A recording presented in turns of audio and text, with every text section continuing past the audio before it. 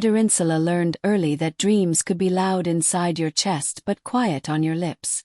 She grew up in a modest house where survival was praised more than ambition. Her parents worked hard, prayed hard, and hoped their children would do better. But no one ever explained what better meant. For Adarinsula, better was not just comfort, it was becoming. While other girls practiced writing their future husband's surname in notebooks, she filled hers with plans. Pages and pages of them. She wanted a career that stretched her mind, a life that made her proud when she looked back, a family that would know her not just as mummy, but as a woman who lived fully. She believed, fiercely, that love and ambition could coexist. By the time she met Connell, she was already glowing with possibility. They met at a mutual friend's birthday dinner, one of those gatherings where conversations floated between small talk and big dreams. Connell noticed her immediately, not because she was loud, but because she spoke with certainty. When she talked about her goals, her eyes sharpened, like she could already see herself in the future. "I like women who know what they want," Connell told her that night. She smiled, relief warming her chest. Too many men before him had smiled politely at her dreams and changed the subject. Connell didn't. He asked questions. He listened. He said things like, "You'll do amazing things, and I can see you going far." When he proposed 2 years later, she said yes with joy and confidence. Not because she believed marriage would complete her, but because she believed it would walk with her. Their wedding was simple and beautiful. Family, laughter, hope. Adarinsula stood in her white dress thinking, this is the beginning, not the ending. The first months of marriage felt like confirmation of her faith. They planned together. They talked late into the night. They made lists, financial goals, travel ideas, timelines for children. Connell's job was already stable, and Adarinsula was preparing for a major career step of her own. Then life, as it often does, nudged gently. "Maybe wait a bit," Connell said when her opportunity came with long hours. "Just until we settle." Sounded reasonable. She agreed. When another chance required relocation, he hesitated again. "Let's think of the future," he said. "A home. Stability." She agreed again. Each compromise felt small, temporary. She told herself she was being wise, supportive, patient. After all, wasn't that what good wives did? Marriage, she believed, was about seasons. What she didn't realize was that her season of waiting was quietly becoming permanent. Over time, Connell's career expanded, demanding more of him, more of her support. When she brought up her own goals, the conversation shifted. "Now isn't the best time. Once the children come, you'll understand. You're already doing so much, why stress yourself?" Stress. That word followed her dreams everywhere, as if ambition were a burden rather than a calling. Adarinsula tried to adapt. She reframed her desires. She downsized her plans. She told herself fulfillment would come later, in another version of life. When she became pregnant, joy and fear collided inside her. She loved her child fiercely, instinctively. But somewhere beneath the excitement, a quiet panic whispered, "Don't disappear." She did. Not all at once. Not dramatically. But slowly. Her days filled with routine. Her conversations narrowed. Her notebook stayed blank. She watched Connell leave for work each morning with purpose in his stride, while she rearranged her life around everyone else's needs. People praised her. "Such a supportive wife. You're doing well. You're blessed." She smiled because gratitude is expected of women who sacrifice. But inside something began to ache. She missed the woman who stayed up late planning. She missed feeling challenged. She missed hearing her own voice speak about things that mattered to her. When she tried to bring it up again, gently, Connell sighed. "Why do you always feel restless?" he asked one evening. "Can't you just be content?" The question stunned her. Content. As if contentment meant silence. As if peace required the burial of desire. She laughed it off that night, but the words lodged themselves deep inside her. Restless. Was that what ambition looked like once a woman married? She started snapping over small things. She felt irritated without knowing why. She loved her family but felt distant from herself. And that was how bitterness began, not as hatred but as grief. Grief for the woman she was becoming afraid she might never meet. At night, when the house was quiet, Adarinsula stared at the ceiling and wondered how she had gone from dreaming in full color to living in careful shades of gray. She was a wife. She was becoming a mother. She was doing everything right. So why did it feel so wrong? What she didn't yet understand was this. A dream delayed can still breathe. But a dream consistently dismissed begins to rot. And in the chapters ahead, that quiet rot would demand to be acknowledged, by her marriage, and by a society that had taught her that love must always require a woman to bend first. Bitterness does not arrive shouting. It creeps in softly, like dust settling on furniture you swear you just cleaned. For Adarinsula, it began with silence, the kind that grows when a woman stops explaining herself because explaining no longer changes anything. After the birth of her second child, the house became louder, fuller, busier. Toys scattered across the living room. Laundry baskets multiplied overnight. Her days blurred into feeding times, school runs, and endless reminders about what everyone else needed. Connell was doing well at work. Very well. Promotions came. Commendations followed. His confidence grew with each achievement, and with it, an unspoken assumption. This is how life is supposed to be. Adarinsula clapped for him, encouraged him, adjusted her schedule so his never felt interrupted. No one asked what she was adjusting away. Sometimes, while cooking dinner, she would catch her reflection in the microwave door and barely recognize herself. She looked fine, healthy, capable, put together. But behind her eyes lived a woman constantly biting her tongue. She had stopped talking about her dreams. Not because they disappeared but because every time she mentioned them, they were treated like distractions. Once, during a family visit, Connell's aunt laughed lightly when Adarinsula spoke about going back to school. "Ah," she said, waving her hand. "With children. You want to stress yourself for nothing. Face your home." Everyone nodded. Connell smiled politely and said nothing. That silence cut deeper than any argument could have. On the drive home, Adarinsula stared out the window, watching the city lights smear into lines of gold and white. "You didn't have to agree with her," she said quietly. Connell sighed, tired. It wasn't that serious. But it was. It was serious every time someone reduced her aspirations to inconvenience. It was serious every time she was expected to be endlessly understanding while her own needs were labeled excessive. She began to feel like a guest in her own life, present, useful, but never central. The resentment surprised her. She loved her children deeply, fiercely. They were not the problem. But motherhood had become the excuse used to explain why she should stop wanting more. "You're already doing the most important job," people said. As if a woman could only hold one purpose at a time. The days she once filled with ideas were now filled with obligations. And when night came, exhaustion replaced imagination. She would lie in bed beside Connell, scrolling mindlessly on her phone, watching other women live boldly on her screen. She hated herself for the envy. It made her irritable, short-tempered. Connell noticed the change but misunderstood it. "You've changed," he said one evening after a tense dinner. "You're always upset about something." She wanted to scream, "I've been disappearing right in front of you." Instead she said, "I'm tired," which was true but incomplete. The bitterness grew roots. She resented Connell for having space to grow while she shrank. She resented herself for agreeing to shrink. She resented the praise she received for sacrifices that were killing her joy. When Connell spoke about future plans, she felt strangely detached. She stopped contributing ideas. What was the point? The plans never included her dreams anyway. She became quiet. That quietness was misinterpreted as peace. At school meetings, other mothers admired her calm. Church, people praised her devotion. At home, Connell assumed everything was fine. But inside her chest, a scream lived permanently. One afternoon, her daughter, now old enough to notice things, watched her pack away old notebooks she found while cleaning.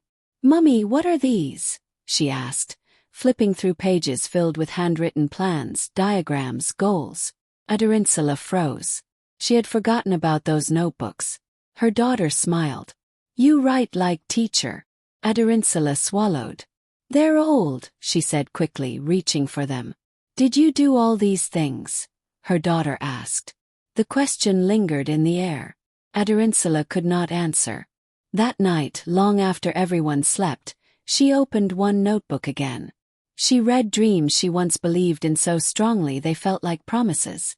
Tears blurred the ink. She realized something terrifying then. She was not angry because she lacked love. She was angry because she lacked permission to be more than useful. She had been taught that compromise was noble, that submission was strength, that love meant bending quietly. But no one had warned her that too much bending could break a woman's spirit. The bitterness finally reached Connell when she stopped pretending. When he asked her opinion, she shrugged. When he spoke excitedly, she listened without warmth. When he reached for her emotionally, she was absent. "Why are you shutting me out?" he demanded one night. She looked at him, exhausted. "I didn't shut you out," she said softly. "I shut myself down. And I don't know how to turn back on." That confession frightened them both. For the first time, Connell saw that the woman beside him was not just tired, but lost. And for the first time, Adarinsula admitted to herself that love alone was not enough to sustain a marriage where only one person was allowed to grow. Bitterness had not made her a bad wife. Unfulfillment had made her a quiet one. And silence, she was beginning to understand, was far more dangerous than anger. Because anger demands change. But silence lets decay settle in, comfortably, invisibly, until a woman no longer recognizes the sound of her own voice. And somewhere deep inside Adarinsula, that voice was waking up, angry, grieving, and finally ready to speak. The voice did not return dramatically. There was no shouting match, no slammed doors, no tears spilled in front of witnesses. It came back on an ordinary Tuesday morning, while Adarinsula stood in the kitchen, stirring pap she no longer felt like eating. Connell was already dressed for work, scrolling through his phone, half listening as she spoke about their son's school schedule. He nodded absent-mindedly. Something inside her snapped, not violently but decisively. She stopped talking. Connell looked up. "You didn't finish." She stared at him, the spoon frozen in her hand. "I don't know if I want to finish anymore," she said. He frowned. "What does that mean?" She set the spoon down carefully, as if sudden movement might shatter the moment. "It means I've been finishing everyone else's sentences, plans, and lives for so long that I forgot how to speak my own." Connell laughed lightly, thinking she was joking. She wasn't. That morning after he left, Adarinsula did something she hadn't done in years. She left the house without explaining herself. She dropped the children at school and drove aimlessly, the radio humming in the background. She parked near a small cafe she used to visit before marriage. She sat alone, ordered tea, and opened her phone, not to scroll but to type. She wrote one sentence. "I am unhappy." The honesty startled her. She had complained before. She had sighed, snapped, withdrawn. But she had never said the truth so plainly, not even to herself. Memories rose uninvited. The girl who once spoke with confidence. The woman who believed partnership meant equality. The wife who slowly learned that harmony often came at the cost of her voice. She realized something then that both hurt and healed her. She had been waiting for permission that was never going to come. Permission to want more. Permission to take space. Permission to choose herself without guilt. That evening, Connell sensed the shift immediately. Adarinsula did not rush dinner. She did not fill the silence. She did not soften her tone. When the children went to bed, she sat across from him and said, "We need to talk." Connell braced himself. She took a breath. "I'm not angry," she said. "I'm awake." He frowned. "What are you talking about?" "I've spent years making myself smaller so our life could feel peaceful. And it worked for you. But I disappeared in the process. Connell opened his mouth to respond, but she raised a hand gently. Please don't interrupt me. I've interrupted myself long enough.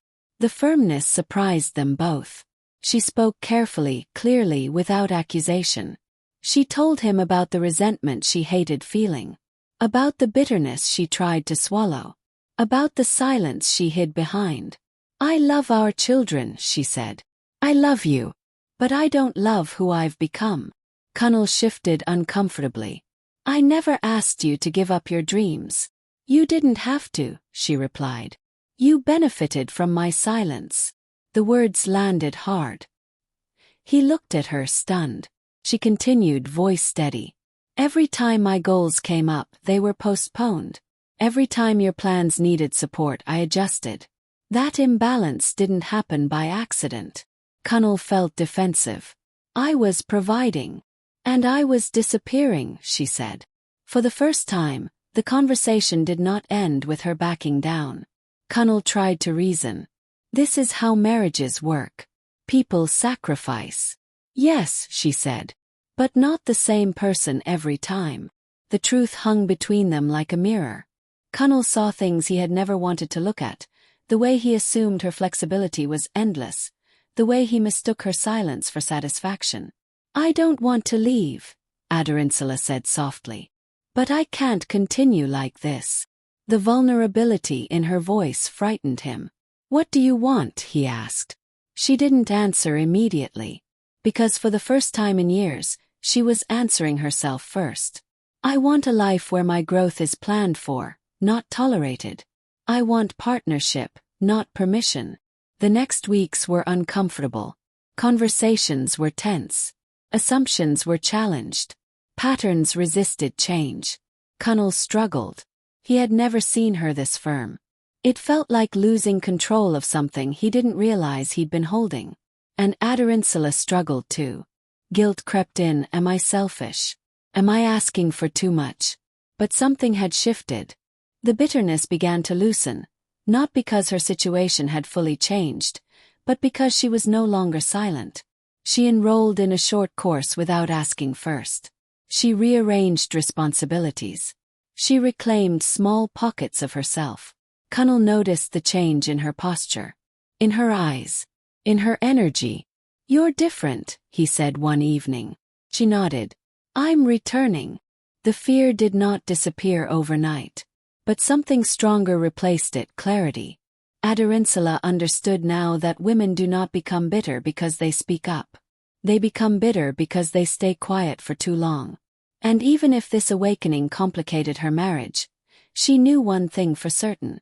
Silencing herself again was no longer an option. Because once a woman remembers her voice, losing it feels like death. Change did not arrive with applause. It arrived with resistance. For Connell, the shift in Adarinsula felt like waking up beside a stranger who suddenly knew her worth too well. Not because she had become cruel, but because she was no longer predictable. She no longer asked before making every decision. She no longer apologized for needing time. She no longer wrapped her desires in softness to make them easier to ignore.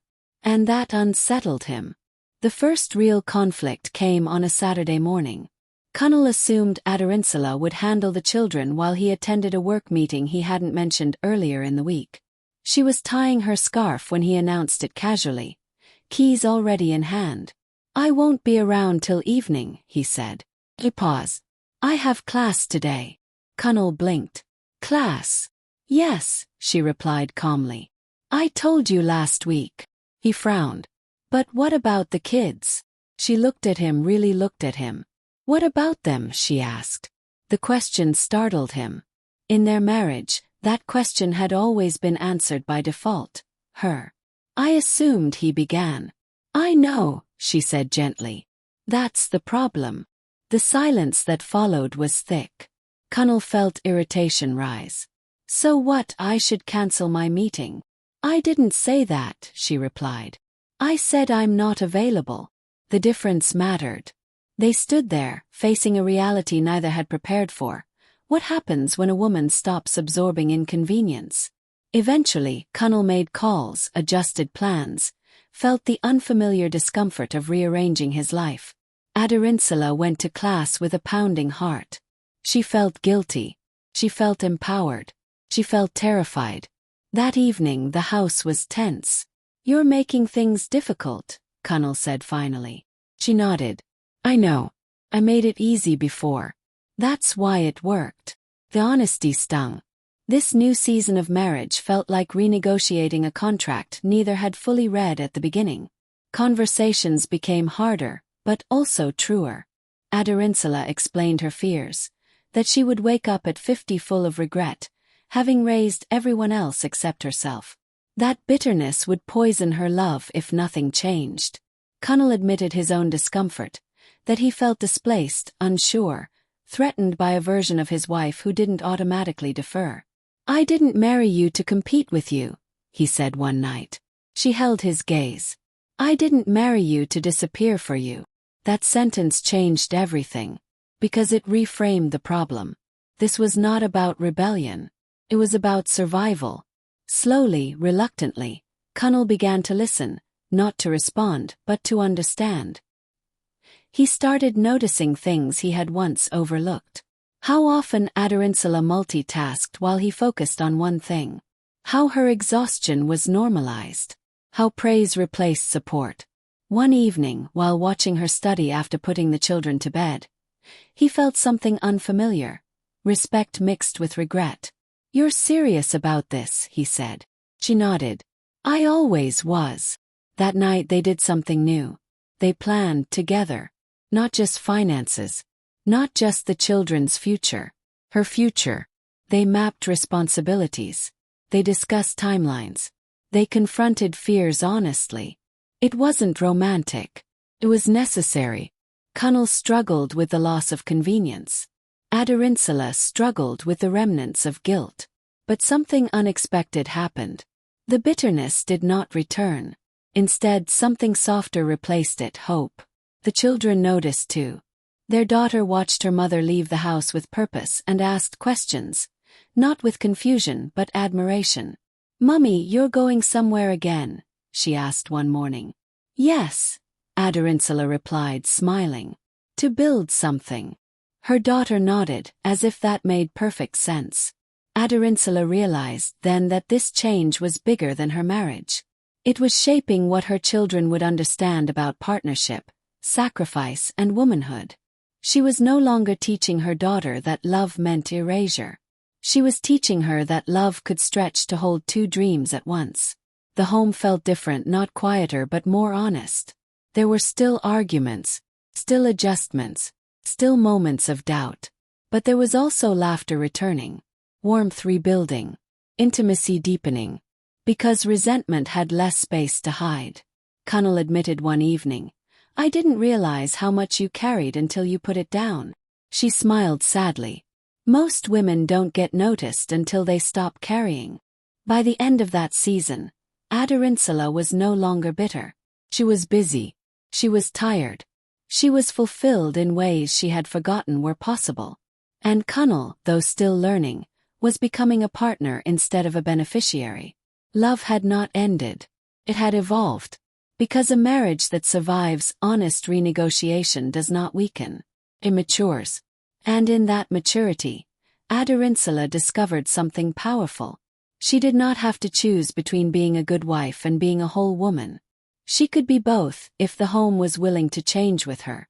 Fulfillment did not arrive all at once. Came in pieces.